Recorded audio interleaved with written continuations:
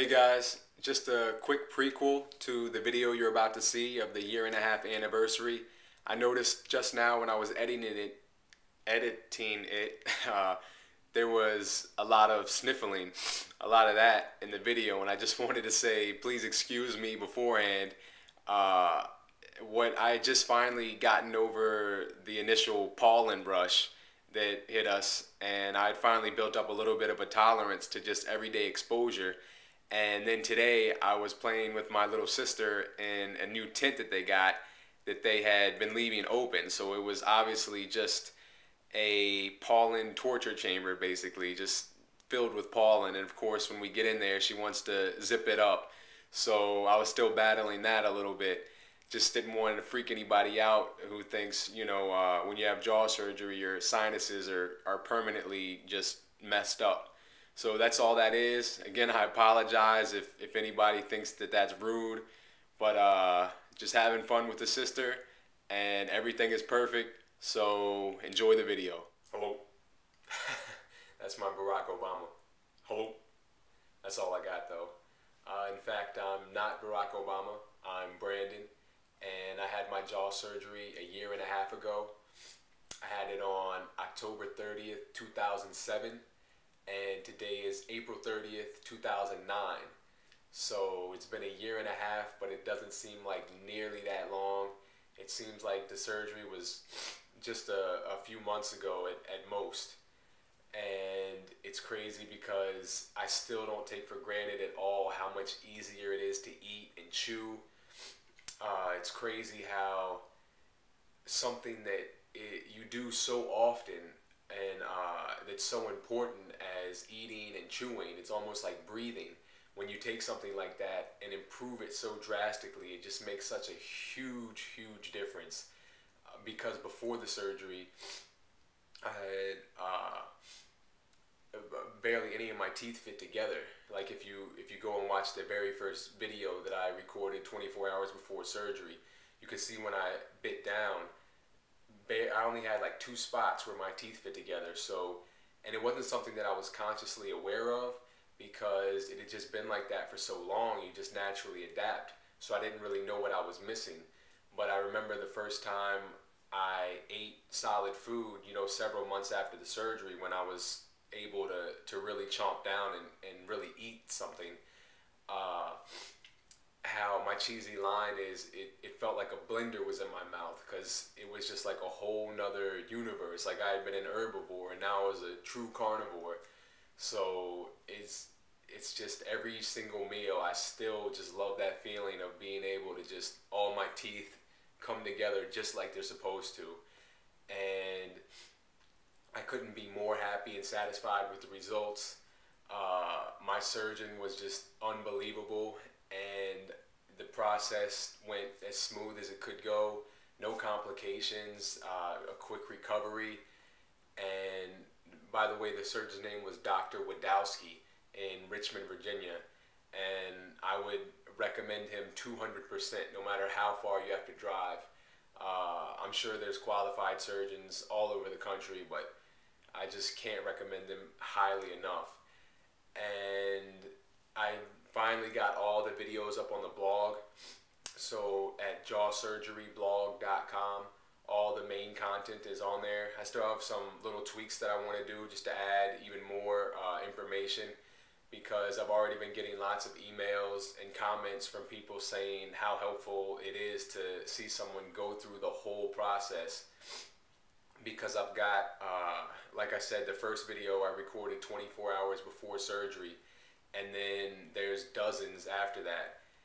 Early in the process, I would record them every 24 hours when there was a lot going on, then every week, then every month, and obviously now I just do them, every couple months because there's not as much to update.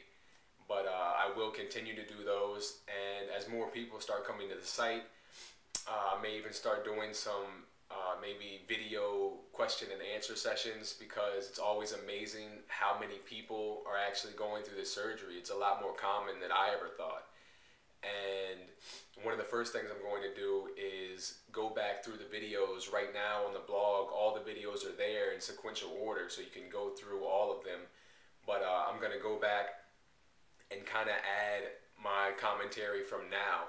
You know, just relating things that I can think back on and remember, and like add links to some of the tools I use to eat, and really good ice packs that could go around your head and Velcro so you didn't have to hold them. Just lots of little tips like that that I couldn't put in the video itself, and you know, the video was what I was feeling right then, so it'd just be kind of cool to go back like what they do on DVDs and just kind of commentate, because it's funny even for me to actually watch those videos, because like I've said before, I never planned to make this public at all. I was just doing this to chronicle the journey for myself. And then once it was over, I looked at all the content I had, and I was like, this would really be helpful if I had come across this exact site, you know, when I was going to go through it. So I wanted to create that for everyone else that is about to go through it or is going through it right now. And I will continue updating that, adding as much as I can. I want to get some forums up so that people can actually interact and post about their progress while it's going on, and then you can even share tips amongst yourselves if you find something that works or things to avoid, and that'll be a really cool resource for everyone going through it to kind of help each other out. And so it's not just one person's experience. You know, I want to get as many people together as possible. And one of the biggest questions I get is, would you do it again? And absolutely, without a doubt. It's definitely, I know a lot of the emails I get are like, you know, I'm so scared, I'm so nervous, and that's completely normal, because I was terrified the morning of the surgery when they do the final pre-test right before you go into the operating room.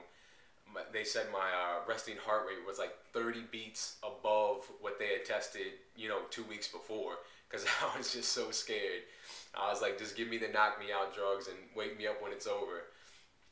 But just the most important thing to remember is just make sure you do your due diligence when researching your surgeon and picking the right one. Just, you know, ask about his experience, how many times he or she has performed the surgery.